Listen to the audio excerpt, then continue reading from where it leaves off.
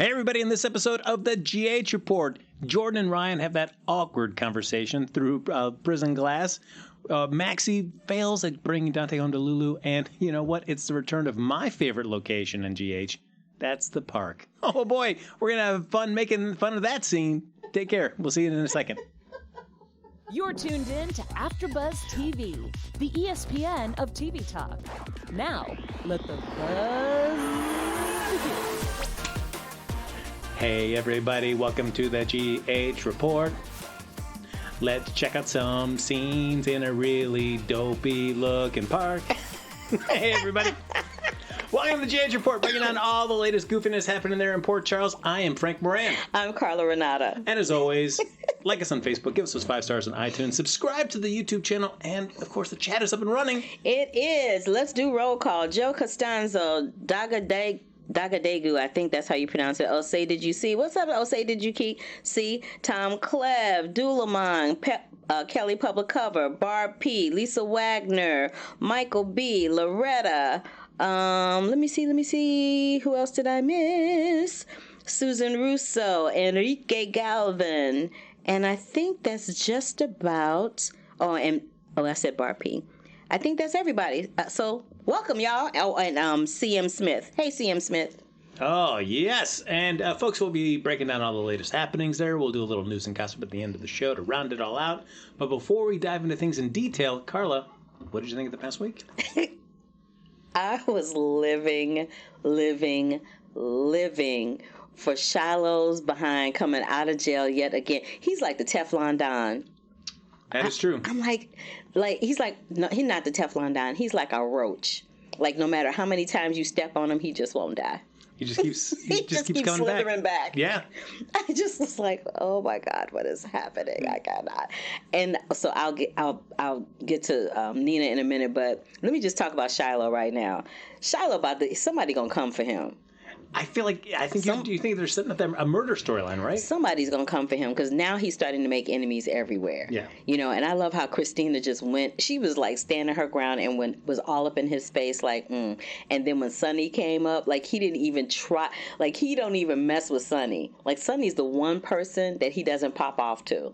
He's the one person. Like everybody else, he got much dialogue. But Sonny, he didn't pop off to Sonny when Sonny was like, yeah, you like a cockroach. And Sonny put his foot down and went like, and squeezed it. That's I was like,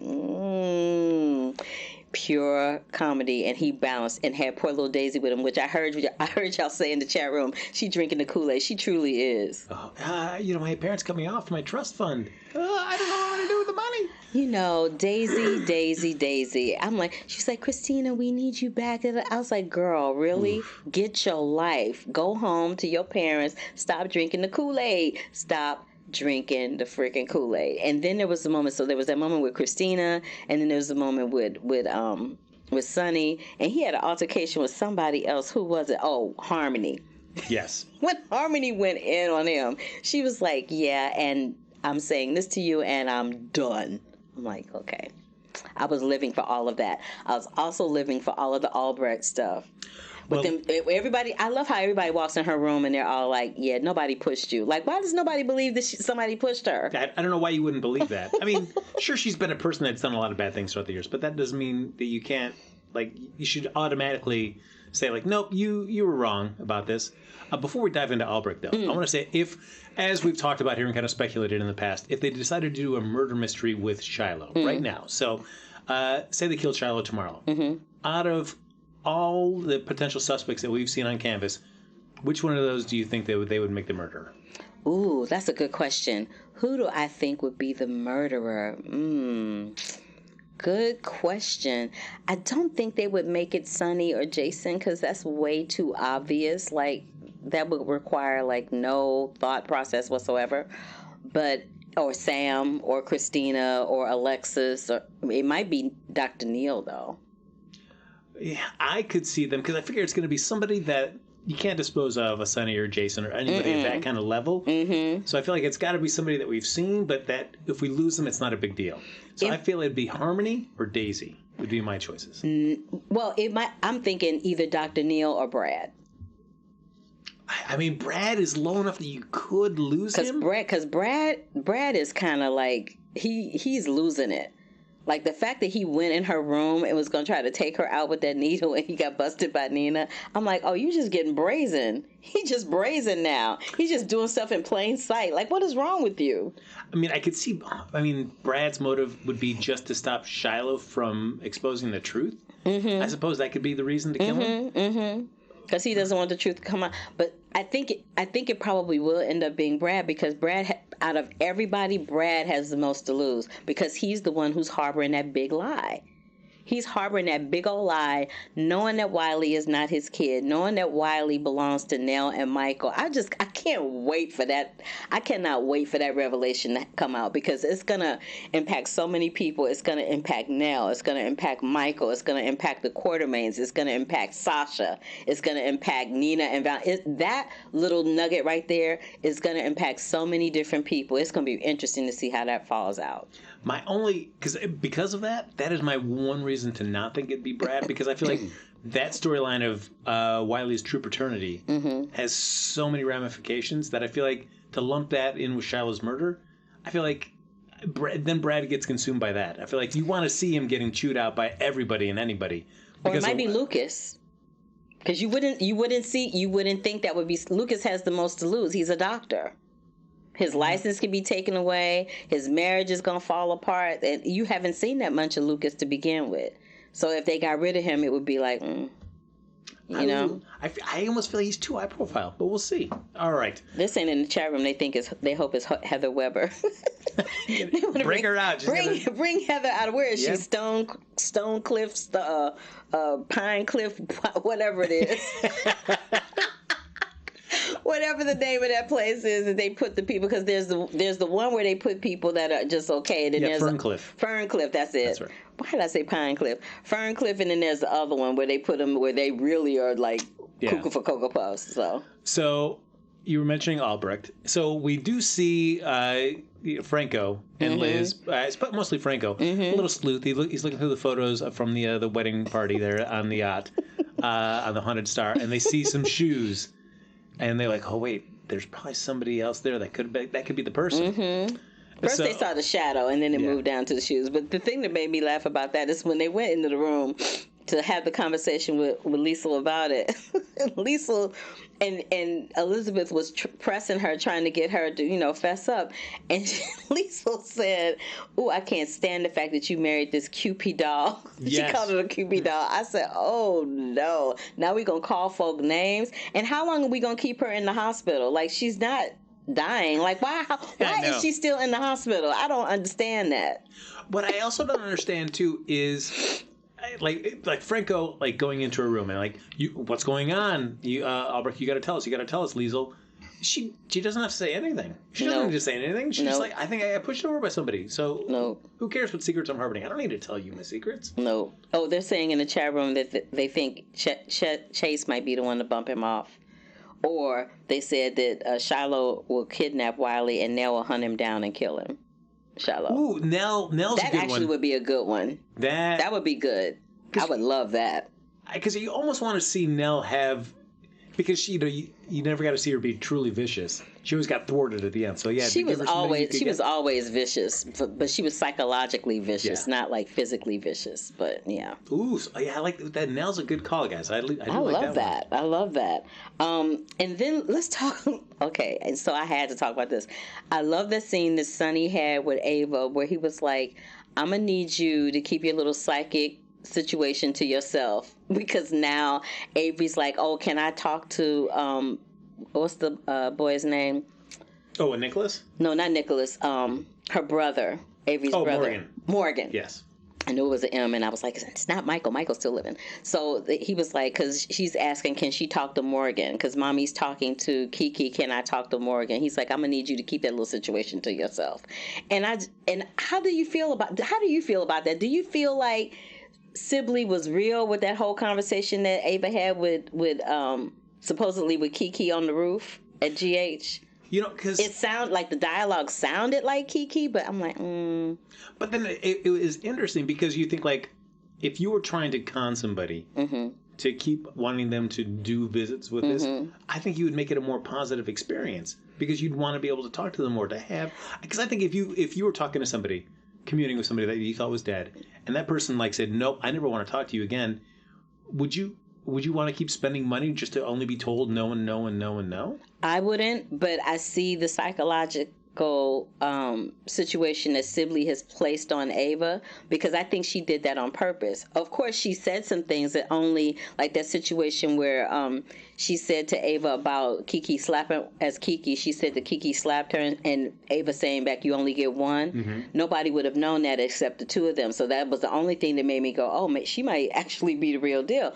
which is probably what Ava thought too. And Ava also thought, she didn't make it a positive experience, so that means it must be Kiki, and I'm going to keep trying to reach out to Kiki until we make this right, which is almost like a ploy of Sibley's to keep gouging her for money. But the thing that made me raise an eyebrow is when she said, "Can you get in touch with Nicholas Cassadine?" And she was like, I can't reach him. Which made you go, oh, well, shit, well, is he still alive? Is he coming back to Port Charles? What's happening? Yeah. But also she said, the next time I won't even charge you because I know this one went so terribly. So the fact that she would say, I won't charge you, makes me think like, ooh, is she pulling a con, or is she really dialed in? I feel like she's pulling a con. I do feel like, I think she's dialed in to a certain extent, but I kind of feel like she's pulling a con. Hey, but I'm conflicted about it. Like I said, I'm conflicted because there was that moment about the slap. Like nobody would know that but Ava and Kiki, right? And I was just like, and the other thing that makes me think is a con is that moment that they had where Sibley goes, oh, the view up here is so great. This is one of Kiki's favorite places. Well, Diva, if you're supposed to be so psychic, you should know that that's one of Kiki's favorite places, A. And B, you should also know that there's that brick dedicated in her memory if you're supposed to be so psychic. I'm just saying, why does she not know those two things? That was interesting to me. But if it is a con, I'm wondering what the larger story points are for that. Because is it just, okay, she's conning Ava. Ava figures it out. And then what? That doesn't seem like much of a story to me. Ava might kill her. Because Ava might, because Ava's already got to kill somebody. Ava's already on the edge anyway. Like, she's on the edge of losing her mind, just like freaking Kim was with Oscar. She's like right on the edge. But Annie Goen did bring up something interesting in the chat room. She said the way homegirl stuffed that money in her bra makes her think she's a fake. That's actually a good point. That's a good point, because somebody that is on the up and up ain't stuffing no money in her bra like that. Where are you stuffing money then? If somebody gives you something and you're on the up and up, where are you putting it? You putting it in a wallet. You ain't stuffing it in your bra. Well, what if you didn't bring a wallet with you? She had a wallet. She had a whole purse. I'm just saying. I'm just saying. I guess. As somebody who stuffs money in their bra all the time, I'm just saying. Wait, you running cons all the time? I'm not running cons, but I tell you what, if it's something that I don't care too much about, that money's going in that bra. If it's something, I'm just saying. Side note, so I had this aunt when I was growing up that she had the biggest chest ever, and she would always stuff in her bra. Like, there would be pencils and candy and change and money, like all, packs of cigarettes, like all kinds of stuff would be in that bra. And her name was Mama Clee. He'd be like, Mama Clee, do you have any gun? She's like, I don't know, baby, let me see. And she would just go digging down. It was hilarious. Wow. It was pure comedy. And some of the stuff that she would pull out of that bra was hilarious to me. And that was a side note, but I'm just saying, yeah, if she's stuffing that money in that bra, she might not necessarily be on the up and up. That was a really good point, Andy. Going, thank you, girl. It because we do see like Christina is like, hey, yeah, I'm willing to talk to you, Ava, about buying into that this is true. But then we've got other people saying, no, she's a charlatan. You cannot trust her whatsoever. Everybody's saying that to her. Christina was like siding with her, like, and yeah, Christina was like, oh, she helped solve that murder mystery in whatever town that was in. She was like, she's the real deal, and they were like. They were like, shut up, Christina. Nobody was trying to hear Christina on that. They were like, yeah, they were like, shut the hell up. We are really not trying to hear you on that right now. You just got back to town dealing with the Shiloh mess. We're not trying to hear nothing you got to say in this moment. It was funny. That was pure comedy right there. Another thing that... the other moment that I loved was the moment between Maxie and Lulu. When Lulu popped off on her, she was like, oh my God, why did you do that? Why are you like thwarting his progress? This is all your fault. And then luckily, Laura was right there to, you know, bring her back to her senses. She's like, do you really think this was Maxie's fault? And she was like, no. No, I mean, that's true. I like this because by the end of the week, we get Dante serving her divorce papers. So, I mean, that I do was like... sad. That was so sad. But she needs to move on. I think, and just as viewers, we need to see something different. Yeah. I'm about tired of her whining about, like, as she was whining about it being a family event and he wasn't there, she gets served with divorce papers. I'm like, youch. That hurt. By this point, since she's already been doing fake dates, I mean, now that it's official, I'm sure we have a few weeks of kind of like, but she's already been doing these fake dates, and she's been enjoying herself with that. So I'm hoping that means that she can get back into the field sooner rather than later. Yeah, let's see who they bring in for her as a potential suitor. That ought to be interesting. Anybody on the canvas now you could see her with, or they would need to bring in somebody completely new? I think they would need to bring in somebody completely new. There's not anybody that's there currently that I could see her hooking up with. Do you? Valentine. No. Not. She can't stand Valentine. No, I can't. I can't think of anybody. If it had been earlier before they hooked up Chase and Willow, maybe. But now that they get Chase and Willow together, because they did have a little bit of chemistry happening, but Chase is with Willow, so there's that. So no, and Michael's totally invested in Sasha. I kind of like Michael and Sasha together. They are so cute. I'm digging it, and I did like Sasha telling Valentine, "It's like, well, what's the problem right now? You pay me a lot of money to pull this gun, and it's great. It's working. I'm not paying. You're not paying me any money now, but you get a wife out of this. She gets a daughter, and I get a family. So what's the problem of keeping this lie going? I mean, we all know it's not going to last forever." They're saying the couch and Lulu. Who's the couch? The couch. Just the couch in her house? You mean the coach? Is that what you mean, Michael B? Who's the couch? And then Dulamon said, give Lulu a black man. Who's she gonna hook up with? Curtis? Like, get out of here with that. Yeah, CJ. Michael and Lulu are cousins. Yeah, that's not gonna happen. What else did I like? I also liked that whole conversation that happened between Carly and Sonny about Dev, because there was a whole situation that happened with Dev and Joss in the kitchen that made Joss feel uncomfortable and made her second guess, you know, how she was behaving in her own home. Yes, she was being bratty, but at the end of the day, that's her house. And like Carly said, she was there first. She lives there. That's not his house. Like, how you gonna make somebody feel uncomfortable in their own home? That's just kind of crappy. You know, what I did like about Jocelyn is that sense of self-awareness she had about herself, knowing that she's still struggling with Oscar stuff, knowing that's like, yeah, I'm still struggling with this, and he's saying stuff, and I'm acting like this. Yeah, that she knew this, and I did like Carly saying there's no timetable on grief. Right, there isn't. Which I know, and even Annie tweeted us. She's like, I like that scene about there's no timetable on grief. I saw that, and which I completely respect in the real world. But as I've said, in that fine line of soaps, there's only so much I can take, and you know, you got to watch. There's only so many weeks I'm going to give you, and then I need to see something different because I cannot. I don't need to see a real world timetable on your grief in a soap opera. Yeah, I cannot. All right, so speaking of Dev, so you know we get him, and he just got diarrhea of the mouth, don't he? He just says and does all the wrong things. Bless his heart. And we get that scene with Jason, which I thought was interesting. Like Jason's like, whatever about this kid. But he gave him some sound advice. He was like, look, dude, he basically was like, you got to read the temperature of the town you're in. You can't just be popping off these cons and stealing stuff from people, not knowing who you dealing with. You know, he's like, if you're going to steal a purse, stealing a purse from Laura is like the worst person ever you could ever steal a purse from. Like, the fact that he broke it down and kind of like took him under his wing was like, dude, come on. But did he learn? No. Because what is he doing? He's on the grass with Trina and Cameron and them. And what does he say? Oh, well, you just pop the lock and you do this and you do that. And Trina's like, are you suggesting that we break in? Is that what you say? Is that what you say? We break in and steal something? Is that what you're saying? And then Joss had to step in and save him. Like, that's a lot going on. Him and Joss going to end up hooking up. Great. And that's going to be a problem because Cameron is not going to like that.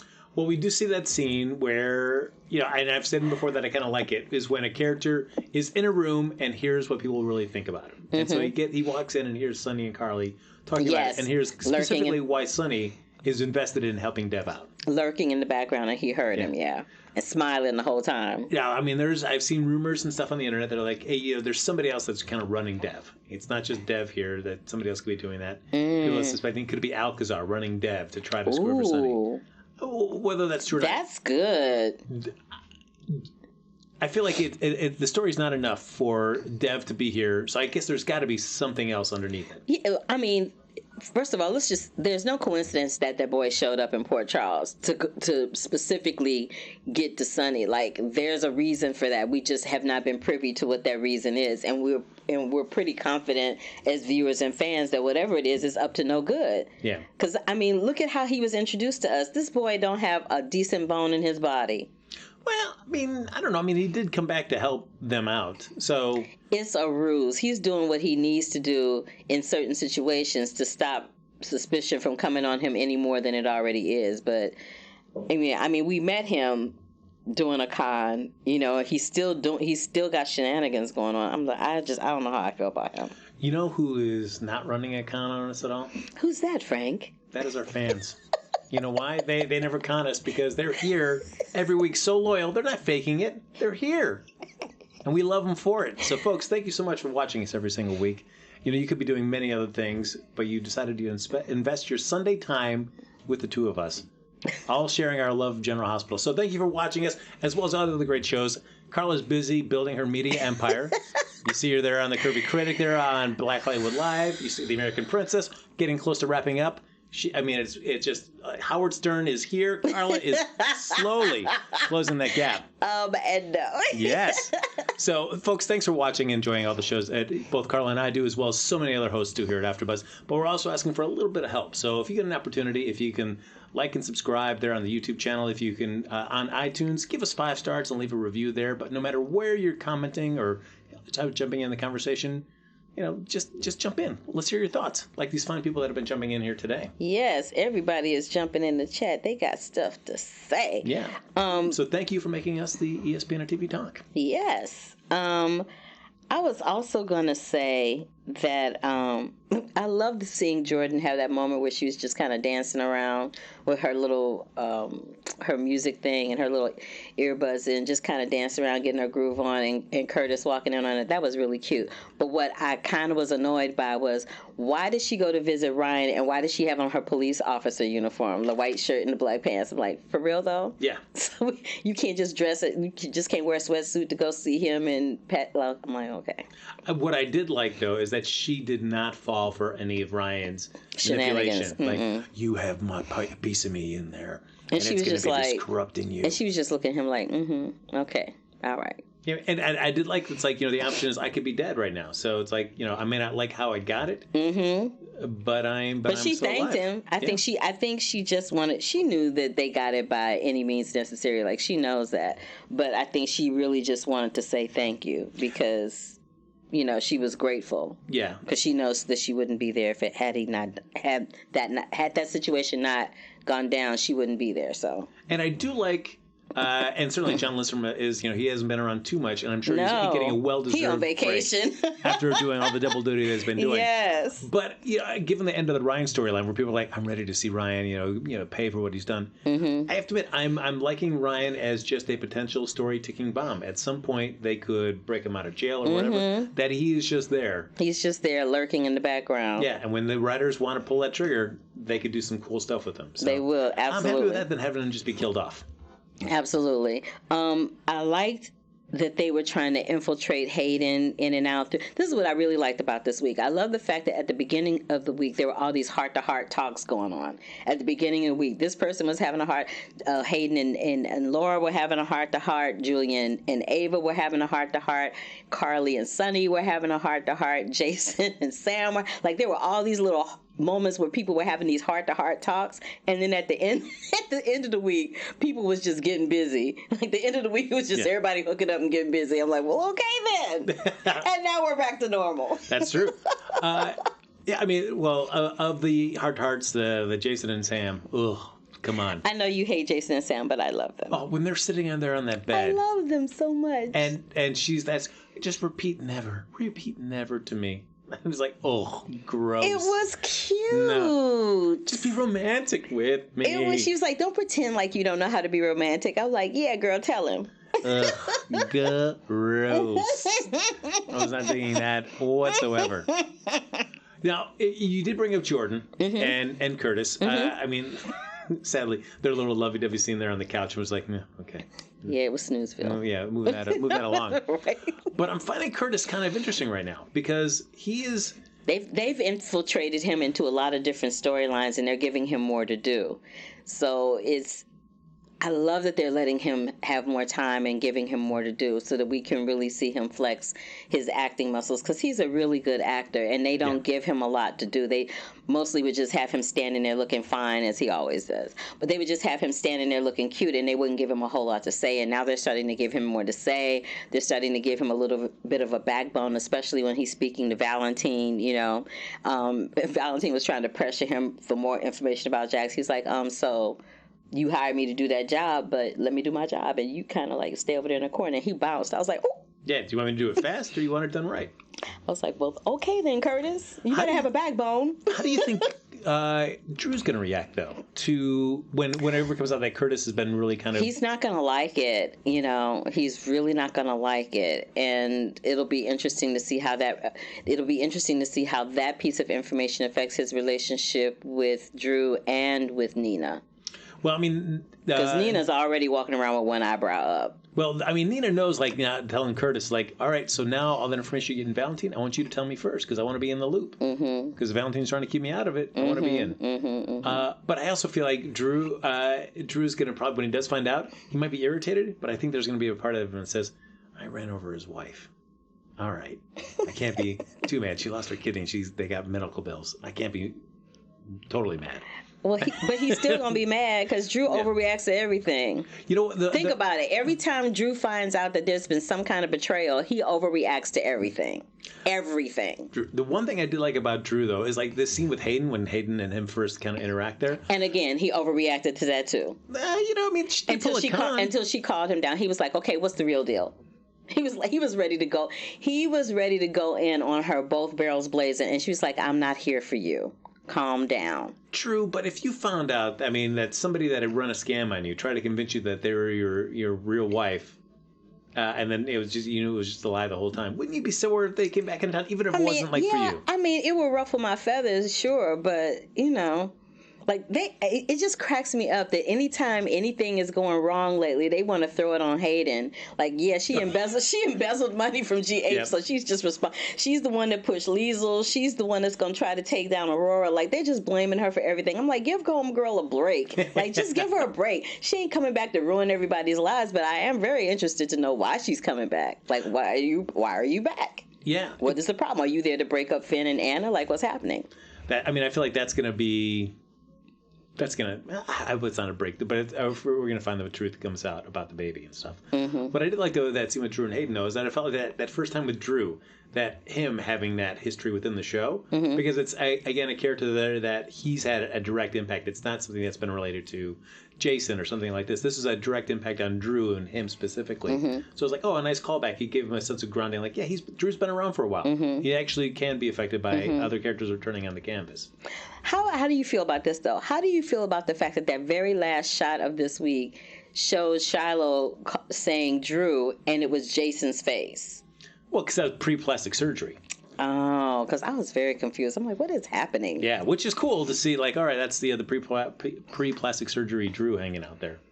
I was very confused. I'm like, what is happening right now? I was so confused. I'm like, I don't understand what's going on. Is Jason not really Jason? And I'm just like, we've been through this road before. Are we going to go down this rabbit hole again? I don't want to go down that rabbit hole anymore. It does make me think, because at first I caught it on fast forward, and then I rewound it back, and I was like, "Ooh, is Drew having while he's playing pool? It's his first time like a memory is kind of clicking in for him." But we find out it's Shiloh having this memory. Right, exactly. So I'm curious, like, why?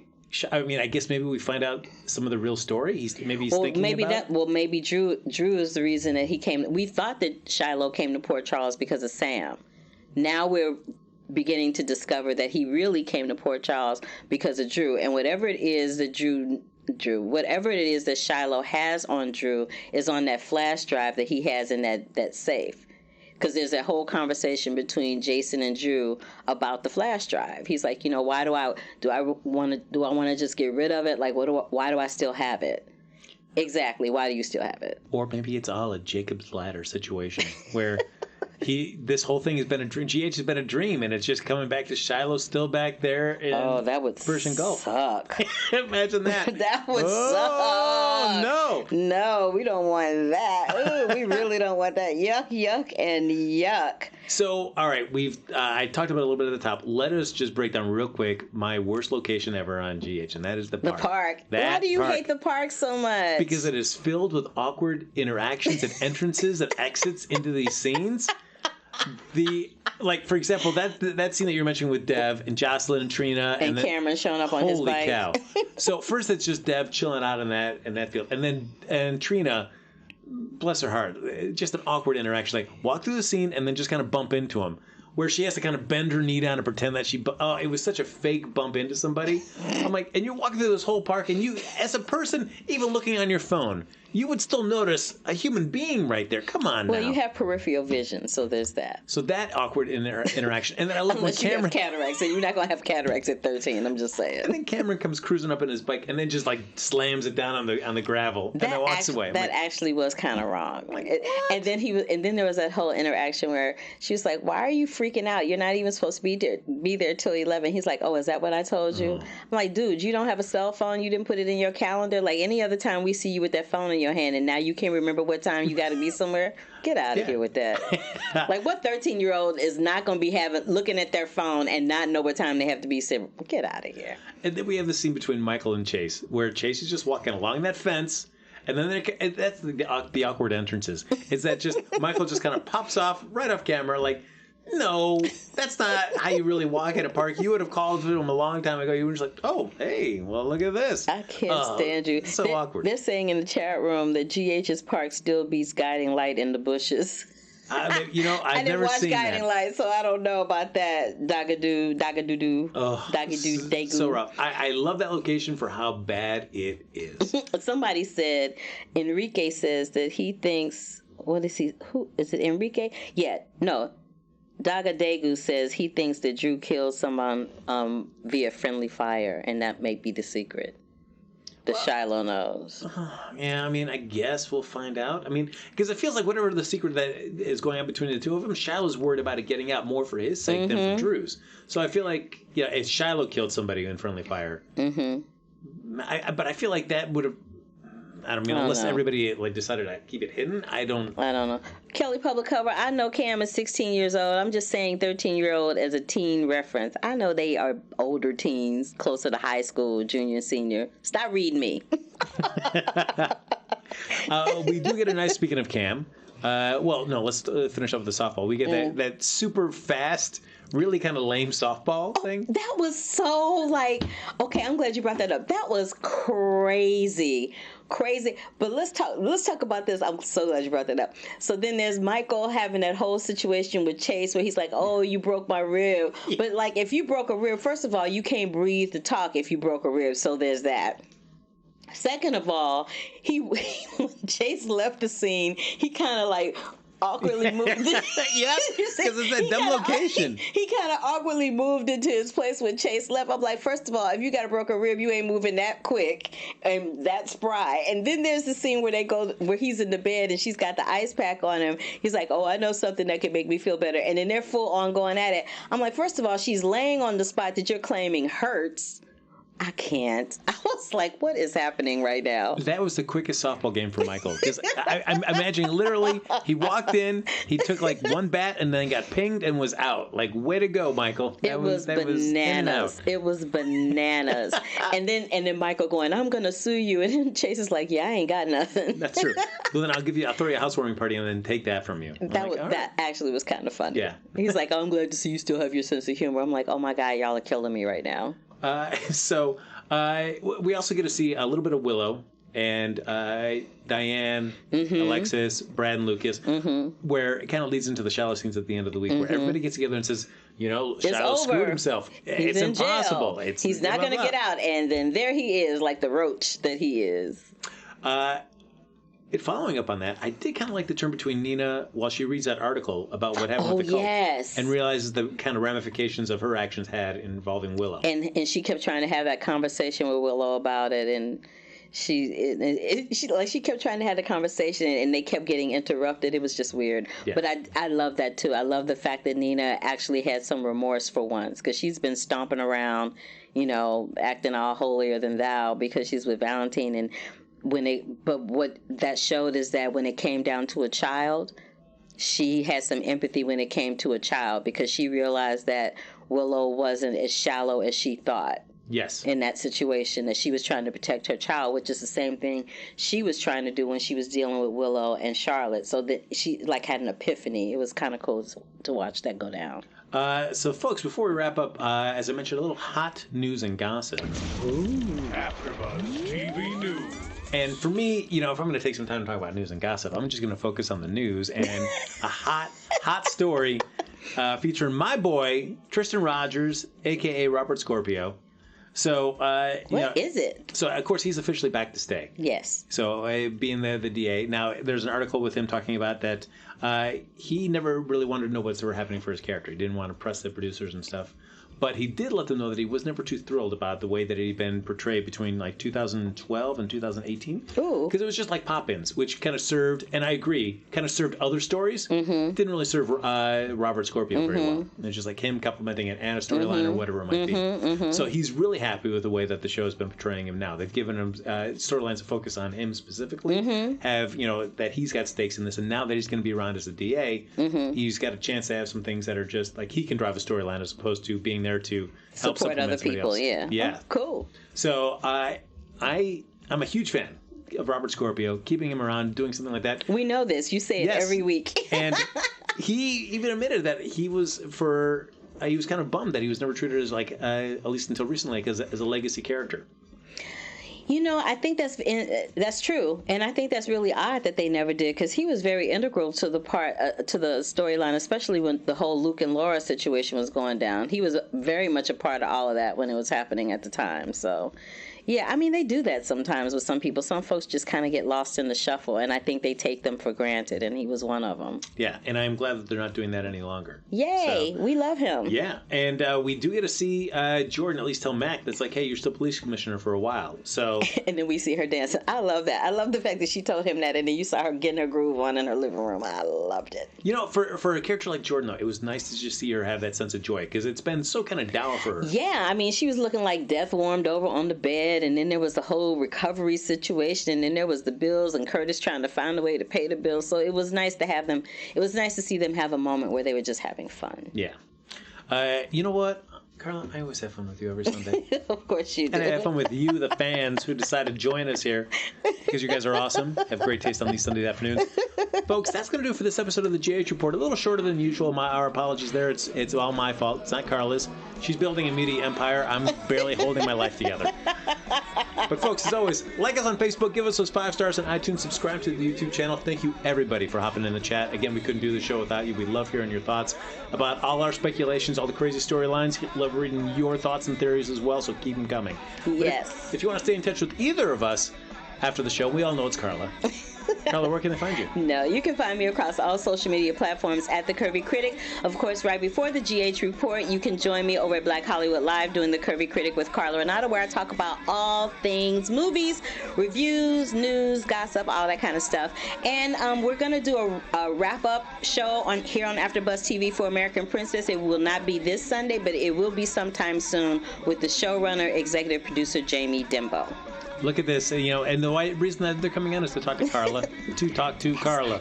That is very true. Look at that.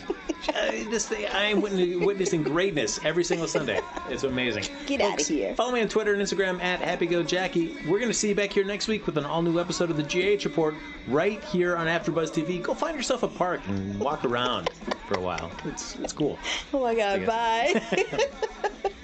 Our founder, Kevin Undergaro, and me, Maria Menounos, would like to thank you for tuning in to AfterBuzz TV. Remember, we're not just the first, we're the biggest in the world, and we're the only destination for all your favorite TV shows. Whatever you crave, we've got it. So go to AfterBuzzTV.com and check out our lineup. Buzz you later. The views expressed herein are those of the hosts only and do not necessarily reflect the views of AfterBuzz TV or its owners or principals.